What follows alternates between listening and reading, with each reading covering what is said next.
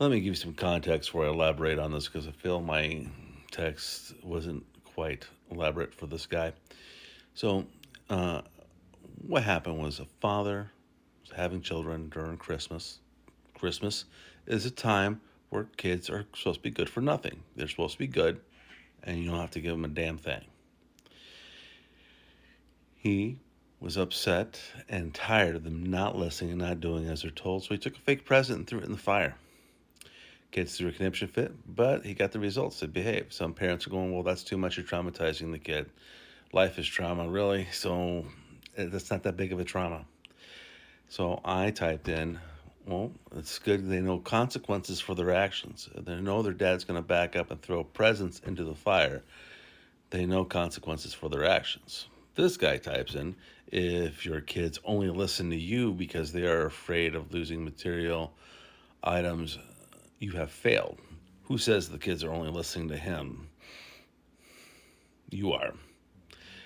The kids are probably going to listen to more people because they don't want something taken away. There's consequences for actions. It's something that we don't really have. We don't have it in schools, and we don't have it with a lot of parents these days.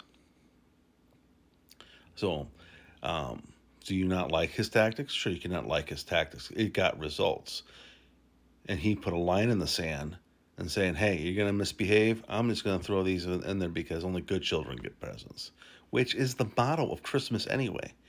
Santa knows where you're sleeping. He knows when you're awake. He knows if you've been bad or good. So be good for goodness sake. Good kids got presents. Bad kids got coal. So whatever. If that being a good kid, they don't deserve presents. You can throw it in the fire. Instead of rewarding kids for bad behavior, that's a great way to handle things. How's it going so far? Employers are having a crazy time trying to get people to work. While they're working, they're addicted to their phones. We have it all the time. Can't follow the rules. Why?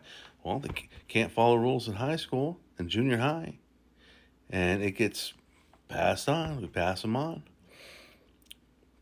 No consequences for their actions. And if you do give them, if the school does give them consequences for their actions, they're celebrated. And you got parents celebrating mediocrity. Well, I wasn't good in math, so you don't have to be. You don't have to try hard. You don't have to try to excel yourself. You don't have to attempt to be better than what you're at. Full victimhood. So yeah. And my response, they're addicted to material items. What is that saying about you as a person? As a parent, you failed more as a parent if your kids are addicted to material items. I got family members, they have kids. They don't know anyone. They don't talk to anyone at family functions. They're antisocial and they don't know the names. And it upsets my niece that they don't know her name. And I tell her all the time, they're never going to know your name. They're more interested in Mario, and they're always going to be more interested in Mario and that little laptop they're glued into the whole time they're here than whether or not you. They don't have any humanity for you. They don't care. And that is the God honest truth. So, you got to have consequences for actions. You got to teach kids to have consequences for their actions. Otherwise, this is going to be a mess. You got kids that are on the phone all the time. They yell at you, at the teachers. I'm on the phone with my mom. Blatant lie. If they're on the phone with that much with their mom needs to put the phone down and get to work. She's supposed to be working, and the kids are supposed to be working on their assignments. You got schools, like over in Massachusetts, over 80% can't pass basic math.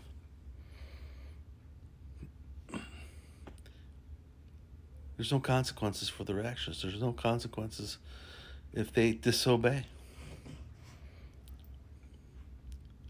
There's got to be a line in the sand. There's got to be consequences for their actions. That's why, you see these "I'm a free agent" videos with cops.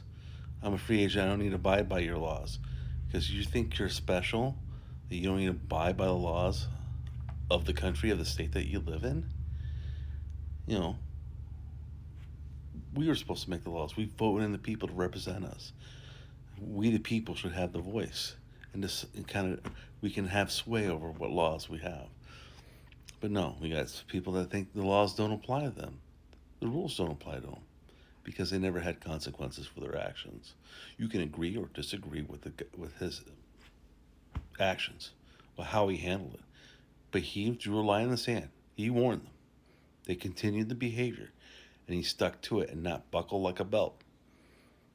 I applaud that man because he said what he was going to do, and he did it. He didn't buckle and try to sway and persuade and bargain, try to get good behavior out of them. He says, if you're going to be bad, I'm throwing your presence in the fire. And they learn consequences from the action, not just from him, but they're going to suspect that from other adults as well and other people. So there's my answer. If you want entitled children that can I even get a job, we just had to fire a guy because he couldn't follow directions. Because they're unwilling, and you got to constantly remind them and be on them and watch them like a hawk. If I'm hiring somebody to do a job so I can do other jobs and make more profit. I'm not hiring them so I can watch and micromanage. No one likes micromanaged bosses. Well, show your boss, show your employer, show people around you that you don't need to be micromanaged, that you're a self-starter. And we don't have a whole lot of those anymore. So no. They'll crawl foul, they'll make false accusations. Yeah. Because that's the way they know. That's the way they've been taught through school, through their parents, to get what they want. And they'll do whatever they can to get what they want. Because there've never been consequences and boundaries placed that were enforced.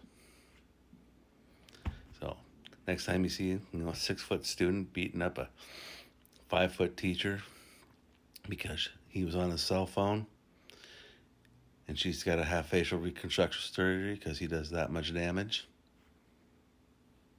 thank you. You helped cause that. So yeah, because they weren't afraid enough, behaved enough to value other people over their material items. True story too. And there's one here in Iowa where 2 students killed a Spanish teacher over a grade. So yeah, you tell me what's worse. You have a good day, sir.